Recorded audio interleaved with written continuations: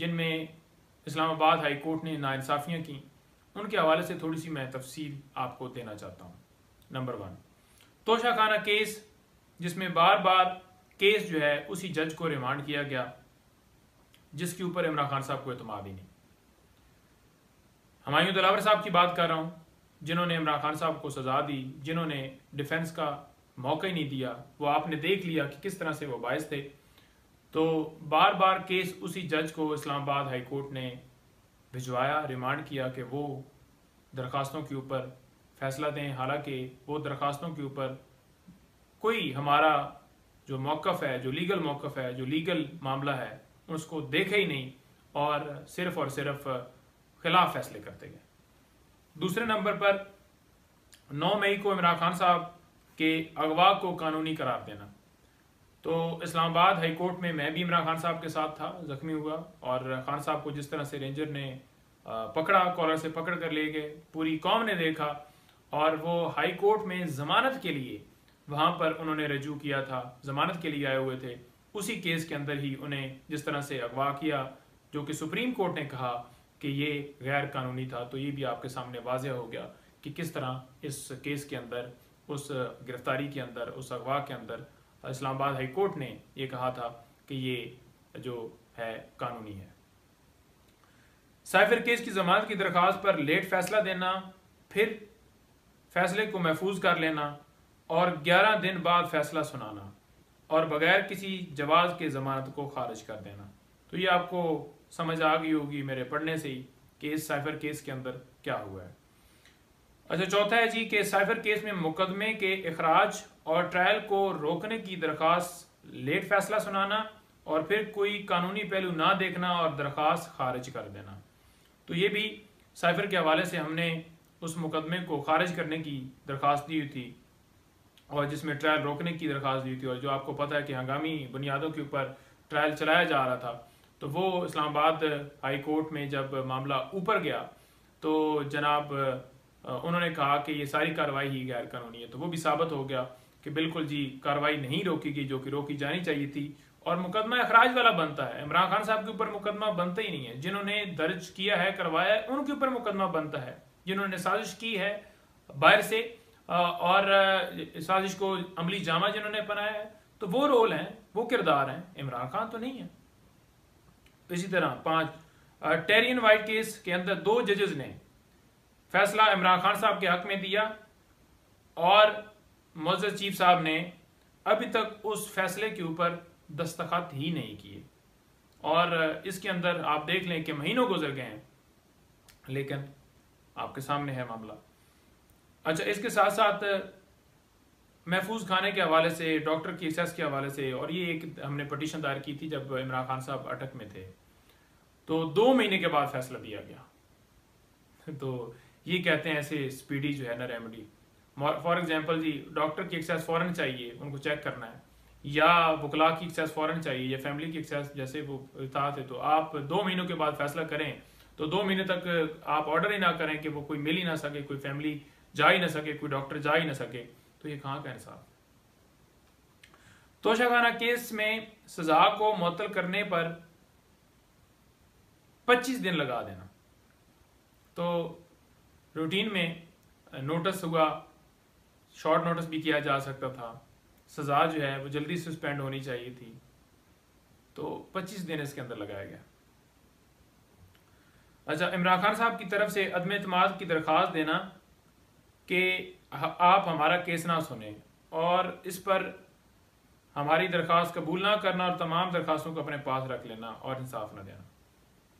तो इंसाफ तो जैसे आपको पता है कि हो रहा है, लेकिन अगर बात की जाए रिक्यूज़ल की कि खान साहब ये कहें कि जो उनका हक है कि मेरा केस मुअज़्ज़ज़ अदालत ना सुने, तो हमेशा आपने देखा कि सुप्रीम कोर्ट में भी जस्टिस मंसूर साहब ने बेंच से खुद को अलहदा कर लिया जब उनके ऊपर एतराज़ आया। तो क्यों इतनी मजबूरी होती है कि आपने एक ज़बरदस्ती एक ईगो का मसला बनाकर आपने कहना जी कि मैं नहीं, मैं सुनूंगा, मैं ही सुनूंगा, तो सारी दरखास्तें अपने पास रख के और फिर फैसला भी जो है वो कोई हक में ना देना, खिलाफ सारे फैसले करना। इमरान खान साहब के जख्मी होने के बावजूद मजबूर करना कि वो खुद आकर बायोमेट्रिक करवाएं और गेट के बाहर उन्हें गाड़ी से उतार देना।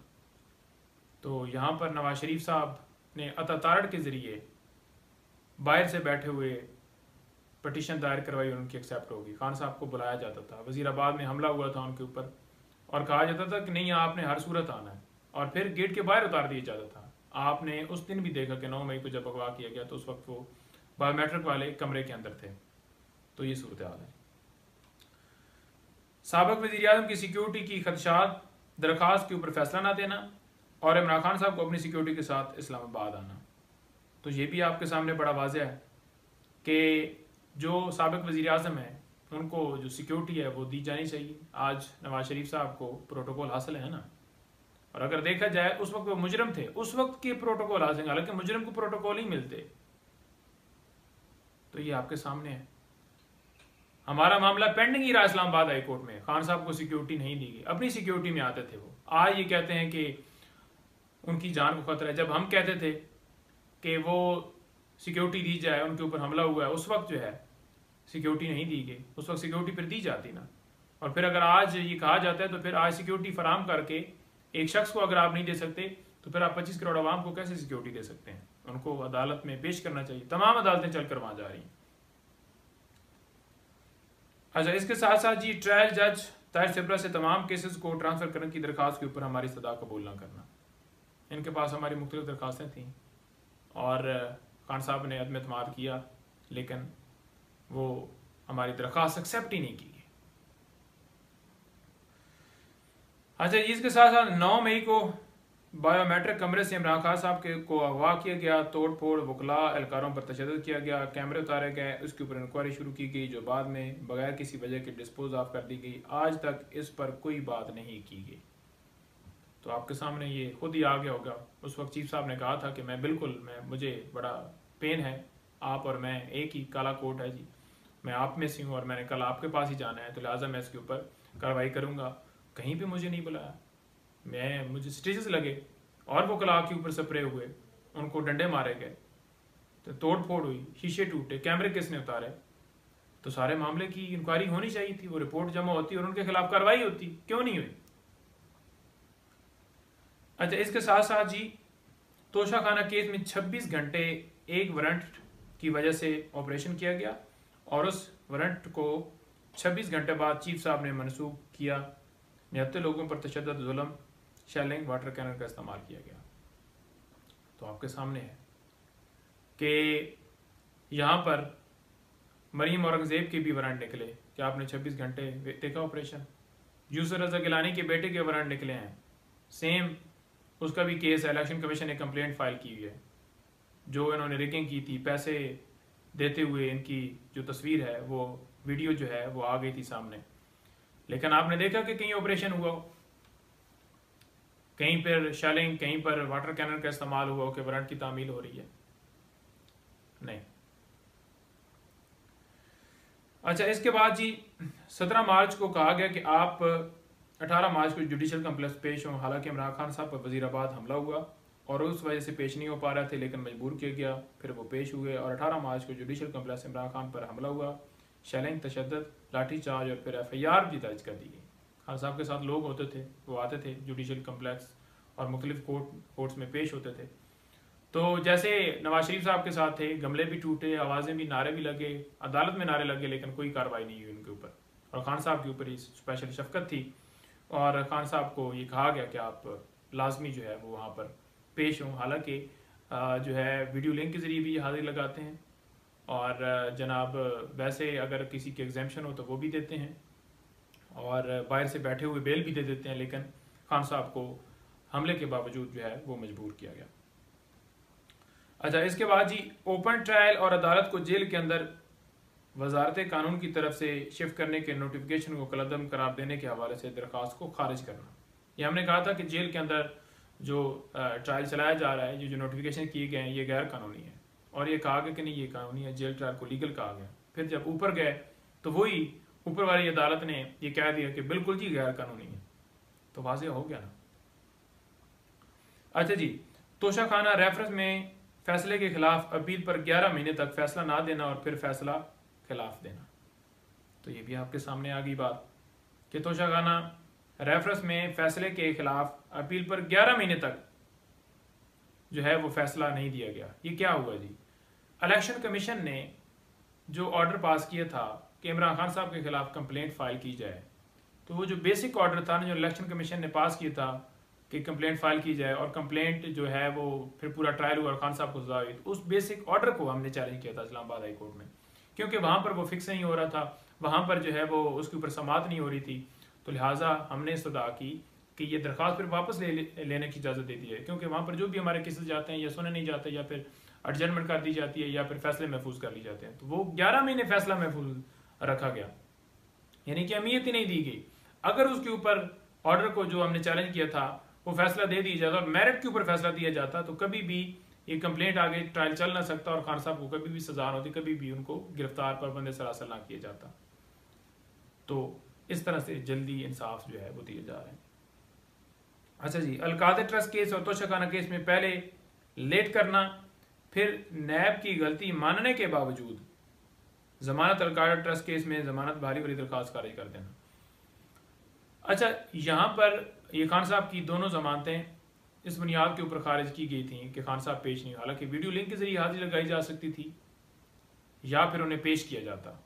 जब इस्लामाबाद हाई कोर्ट में गए तो नैब ने गलत बयानी की कि 10 डेज के अंदर इन्होंने ये रिवीजन फाइल करनी थी, हालांकि वो कानून ही नहीं जिसका वो हवाला दे रहे थे। और नैब ने बाद में मान भी लिया, माजरत भी कर ली, लेकिन उसके बावजूद जो है उन्हें खुली छूट दी गई और जो गिरफ्तारी डाली गई थी नैब की इस दौरान में जब वो गलत बयानी कर रहे थे उसको लीगल करार दे दिया, कहा गया कि ये उसमें गिरफ्तारी होगी। हालांकि उन्होंने गलत बयानी की है, उनको के खिलाफ कार्रवाई होती और इमरान खान साहब की जमानतें जो हैं वो बहाल होती। एक बहाल कर दी गई, ये खारिज कर दी गई क्योंकि उसमें गिरफ्तारी डाल दी थी नैब ने। अच्छा, इसके साथ साथ बगैर किसी जवाज के 4 हफ्तों के अंदर साइफर का ट्रायल खत्म करने की डायरेक्शन देना। तो बात यह है कि शाह महमूद कुरैशी की बेल जो है वो मामला है, और जिस तरह से जमानत के मामले में तमाम पहलुओं को जिस तरह से वो कवर किया गया और एक नीचे वाली अदालत के ऊपर ये असरअंदाज किया गया उस फैसले के जरिए, वो आपके सामने है कि 4 हफ्तों के अंदर ट्रायल हो। और ये भी कहा गया कि ये जो इन दफात की सज़ा है वो इतनी इतनी है जी, सज़ा मौत है जी, उम्र कैद है जी 14 साल है जी। तो ये भी एक जो है वो आपके सामने एक जो मिसाल मैं रख रहा हूँ। अच्छा, साइफर ट्रायल के अंदर की गई गलतियों को जायज़ करार देना। आपने देखा ना जी कि ये कहा गया कि साइफर ट्रायल जो है बिल्कुल ठीक चल रहा है, फिर अपर फोरम पे क्यों कहा गया कि ये गलत है। अदम एतमाद के बावजूद हर केस अपने पास रखना, बिल्कुल जी, जो भी अदम एतमाद हम करते हैं तो तमाम केसेस ही अपने पास रख लिए जाते हैं। तो इस तरह से केस चलाए जा रहे हैं। क्या आप ये समझते हैं कि इमरान खान साहब को फेयर ट्रायल जो है वो दिया जा रहा है? आप ये तफसीलात सुनने के बाद, ये तो मैंने दरखास्तें चंद आपके सामने रखी ना, जो ऐसे इस तरह से उनमें जो है वो फैसले ऑर्डर पास किए गए। अगर ओवरऑल बात की जाए तो इसके अलावा भी बहुत ऐसे मौके, बहुत ऐसी कार्रवाइयाँ जो कि ऑन रिकॉर्ड अगर आपके सामने आएंगी तो आप हैरान हो जाएंगे कि किस तरह एक एक जगह के ऊपर इमरान खान साहब के खिलाफ जो है वो ऑर्डर पास किए गए।